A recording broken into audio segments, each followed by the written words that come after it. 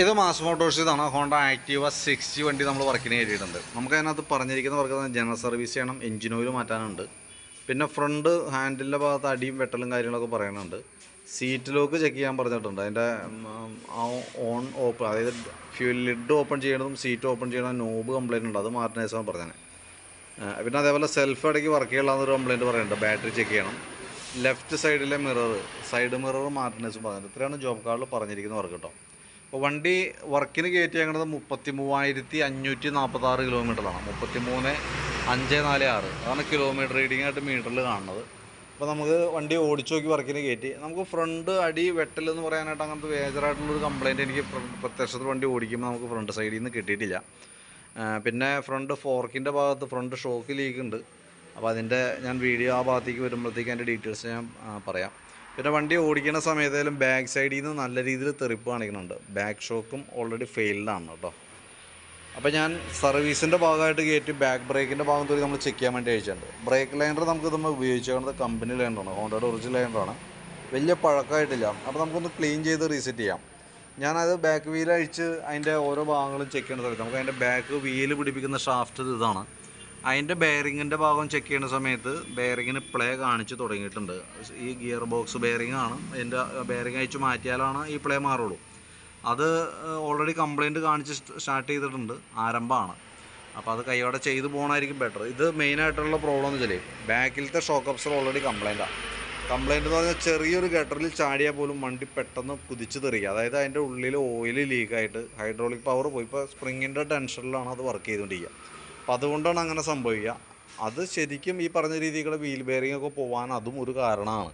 കാരണം എന്ന് വെച്ച് കഴിഞ്ഞാൽ ആക്ഷൻ കൂടുന്നതിൻ്റെ അനുസരിച്ചിട്ട് ഇതിൻ്റെ വീലുമ്മയും അതിൻ്റെ ആ വീല് പിടിപ്പിച്ച ഷാഫ്റ്റിനൊക്കെ അതിൻ്റെ ആ ഒരു അടി ആ ഷെയ്ക്ക് എല്ലാ ഭാഗത്തേക്കും കിട്ടും. അങ്ങനെ വന്ന പ്രോബ്ലംസാണത് കേട്ടോ. അപ്പം നിലവിൽ നമുക്ക് സർവീസാണ് പറഞ്ഞേക്കണമെങ്കിൽ കൂടി അതിൻ്റെ ഉള്ളിലുള്ള ഒരു കംപ്ലയിൻസ് എന്ന് പറഞ്ഞാൽ ഈ വീലിൻ്റെ ബാക്ക് വീല് പിടിപ്പിക്കുന്ന ഈ ബെയറിങ്ങിൻ്റെ പ്ലേ ഉള്ളതുകൊണ്ട് അതും കൂടി കൂട്ടത്തേക്ക് മാറ്റി പോകണമായിരിക്കും കുറേ കൂടി ബെറ്റർ. പിന്നെ അത് മാത്രം മാറ്റിയത് കൊണ്ട് കാര്യമില്ല. ബാക്ക് ഷോക്കിൻ്റെ കേസ് ചെയ്യുന്നുണ്ടെങ്കിൽ മാത്രം അത് ചെയ്താൽ മതി. അതല്ലാന്നുണ്ടെങ്കിൽ ഇപ്പോൾ നമ്മളത് മാറ്റിയിട്ടതുകൊണ്ട് ഈ ഷോക്ക് തന്നെയാണ് യൂസ് ചെയ്യണമെന്നുണ്ടെങ്കിൽ അത് വീണ്ടും കംപ്ലയിൻറ്റ്സ് വരാനുള്ള സാധ്യത വളരെ കൂടുതലാണ്. പിന്നെ അത് നമ്മളതിൻ്റെ ബാക്കിലത്തെ വീലിൻ്റെ ഭാഗം നമ്മൾ ചെക്ക് ചെയ്യുന്നുണ്ട്. ഹബ്ബ് കാര്യങ്ങളൊക്കെ ഒന്ന് ചെക്ക് ചെയ്ത് വിടുന്നുണ്ട്.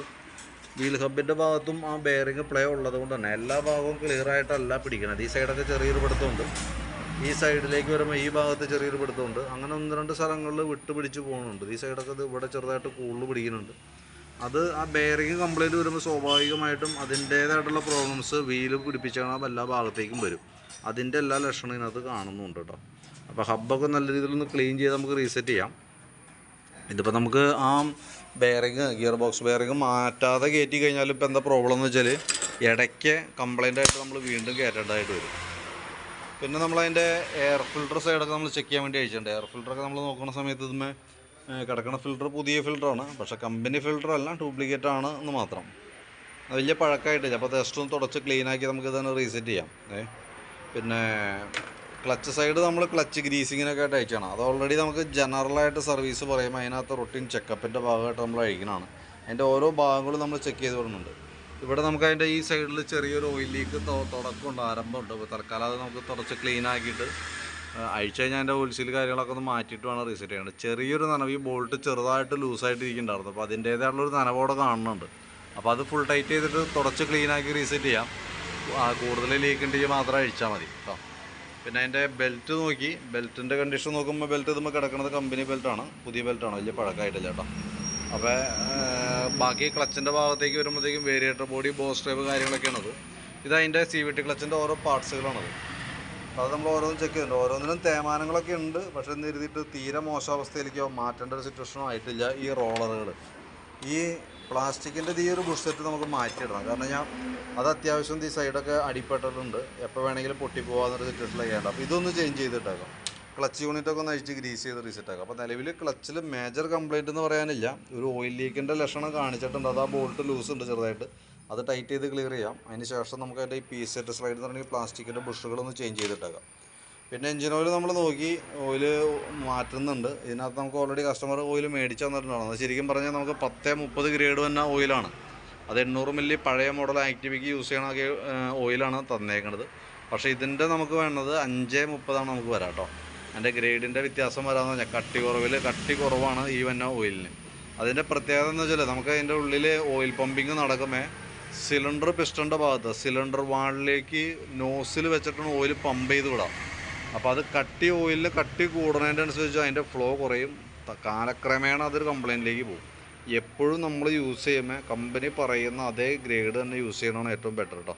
അപ്പോൾ ഞാൻ ആ ഓയിൽ മാറ്റിയിട്ടില്ല. എന്തായാലും അഴിച്ചിട്ടൊക്കെ നമുക്ക് ശരിക്കും 530 ഓയിൽ തന്നെ ഫില്ല് ചെയ്യണമാണ് ഏറ്റവും ബെറ്റർ കേട്ടോ. പിന്നെ അതേപോലെ എഞ്ചിൻ ഹെഡിൻ്റെ ഭാഗം നോക്കി വേറെ ലീക്കേജ് ഒന്നുമില്ല. ആക്സിലേറ്റർ കേബിളൊക്കെ നോക്കി അത്യാവശ്യം കുറച്ച് പ്ലേ കുറവുണ്ടോ നമുക്ക് തൽക്കാലം അഡ്ജസ്റ്റ് ചെയ്തിടാം.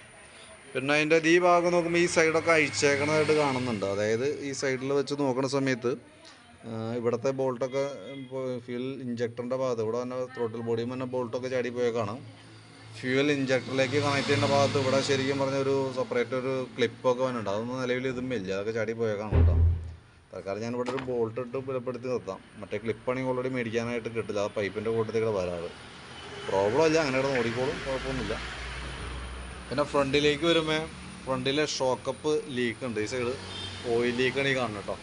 അത് നമ്മൾ അഴിച്ചു കഴിഞ്ഞാൽ സാധാരണ രീതിയിൽ ഈ മോഡൽ വണ്ടിയുടെയൊക്കെ ഫോർക്ക് പൈപ്പ് കംപ്ലയിൻറ്റ് വരുമ്പോഴാണ് ആ ഓയിൽ ലീക്ക് കാണിക്കുക.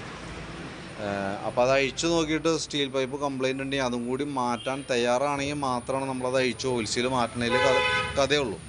അതല്ലാന്നുണ്ടെങ്കിൽ പരമാവധി ആ രീതി തന്നെ ഉപയോഗിക്കാം.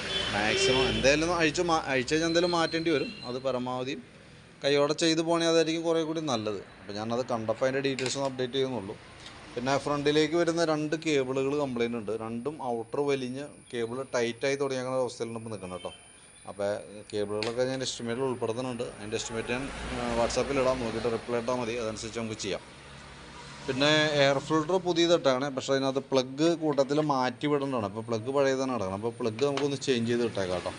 ബാറ്ററി ചെക്ക് ചെയ്യുന്ന പറഞ്ഞിട്ടുണ്ട്. നമുക്കിത് ഇരിക്കുന്ന എക്സൈഡിൻ്റെ ബാറ്ററിയാണ്. വോൾട്ട് നോക്കുമ്പോൾ 12.9 വരെ കാണിക്കുന്നുണ്ട്. ലോട്ടസിലേക്ക് വിടുമ്പോൾ 8.95. അപ്പോൾ വോൾട്ട് വേരിയേഷൻ തുടങ്ങിയിട്ടുണ്ട്, പക്ഷേ മാറ്റേണ്ട സിറ്റുവേഷനോ അല്ലെങ്കിൽ കംപ്ലയിൻ്റ് എന്ന് പറയാവുന്ന സ്റ്റേജോ ആയിട്ടില്ല. അപ്പോൾ ഇതൊക്കെയാണ് നമ്മുടെ വണ്ടിയുടെ ഏകദേശം ഒരു സർവീസിന് കയറ്റിയിട്ടുള്ളൊരു കണ്ടീഷൻ. അപ്പോൾ അതിനകത്ത് എനിക്ക് കൃത്യമായിട്ട് ക്ലാരിറ്റി കിട്ടേണ്ട 2-3 കേസുകളുണ്ട്. ഒന്ന്, ഈ ഫോർക്ക് ഓയിൽ ലീക്കുമായി ബന്ധപ്പെട്ട കംപ്ലയിൻ്റ് എന്തെങ്കിലും ചെയ്യണമെന്നുള്ള ദിവസം നോക്കിയിട്ട് പറയണം. കാരണം അത് ഓൾറെഡി ജോബ് കാർഡിൽ രജിസ്റ്റർ ചെയ്യാത്ത കംപ്ലയിൻ്റ് ആണ്. അപ്പോൾ അതുകൊണ്ട് തന്നെ ഞാൻ അതിൻ്റെ എസ്റ്റിമേറ്റ് ഇടുന്നതിൽ കഥയില്ല. അപ്പോൾ നോക്കിയിട്ട് പറയുകയാണെങ്കിൽ ഞാൻ അതിൻ്റെ എസ്റ്റിമേറ്റ് അഡീഷണൽ ആയിട്ട് ഞാൻ പറയാം. പിന്നെ ഉള്ളത് ഈ ബാക്കിലത്തെ ഷോക്കപ്പിൻ്റെ കംപ്ലയിൻ്റ് ആണ്. ഷോക്കപ്പ് കംപ്ലയിൻ്റ് ഉണ്ട്. അതേപോലെ തന്നെ ബാക്ക് ഗിയർ ബോക്സിനകത്ത് തന്നെ ഈ ഷാഫ്റ്റിൻ്റെ ബെയറിങ്ങിന് പ്ലേ തുടങ്ങിയിട്ടുണ്ട്. അപ്പോൾ ഗിയർ ബോക്സ് ബെയറിങ്ങും അതേപോലെ ബാക്കിലത്തെ ഷോക്ക് അബ്സറും അതേപോലെ ഫ്രണ്ടിലെ ഫോർക്കിൻ്റെ ഓയിൽ ലീക്കുമായി ബന്ധപ്പെട്ട കംപ്ലയിൻറ്റ്, ഈ 3 കംപ്ലയിൻറ്റുകൾ ചെയ്യണമെന്നുള്ള കേസ് കൃത്യമായിട്ട് വീഡിയോ കണ്ടതിന് ശേഷം നോക്കിയിട്ട് പറയാം. അങ്ങനെയാണെങ്കിൽ അതനുസരിച്ചിട്ട് എസ്റ്റിമേറ്റ് പ്രിപ്പയർ ചെയ്യാൻ്റെ ഡീറ്റെയിൽസ് തരാം. ഇനി അത് ചെയ്യണമെങ്കിൽ പോലും നമുക്ക് അത്യാവശ്യം സമയം തരണം. കാരണം അതൊക്കെ അഴിച്ച് വരുമ്പോൾ താമസം തന്നെ വർക്കാണ്. ഒന്നുമല്ല നാളെ വൈകിട്ടത്തേക്ക് അല്ലെങ്കിൽ മറ്റന്നാൾ ഒരു ഉച്ചയാകുമ്പോഴത്തേക്കൊക്കെയാണ് തീരുള്ളൂ. അപ്പോൾ അതുകൂടി കണക്കാക്കിയിട്ട് വേണം തരാനായിട്ട്. പിന്നെ അതിൻ്റെ ഈ ലെഫ്റ്റ് സൈഡ് ബാക്കിലത്തെ ഇൻഡിക്കേറ്ററിൻ്റെ ലൈറ്റ് തെളിയുന്നുണ്ടായില്ല. അപ്പോൾ അത് നമുക്ക് ബൾബൊന്ന് മാറ്റിയിടണം. ബ്രേക്ക് ലൈറ്റിൻ്റെ ബൾബൊന്ന് ചേഞ്ച് ചെയ്തിടാനുണ്ട്. അപ്പോൾ അങ്ങനെ 1-2 വർക്കുകളും കൂടി അഡീഷണൽ ഉണ്ട് അതിനകത്ത് കേട്ടോ. പിന്നെ ലെഫ്റ്റ് സൈഡിൽ മിറർ മാർട്ടിനേഴ്സ് ഉണ്ട്. അപ്പോൾ ഞാൻ അതിൻ്റെ ഒരു വീഡിയോ വാട്സാപ്പിലേക്ക് സെൻഡ് ചെയ്തിടാം. വീഡിയോ കണ്ടുകഴിയുമ്പോൾ നോക്കിയിട്ടൊന്ന് റിപ്ലൈ ചെയ്തേക്കാം.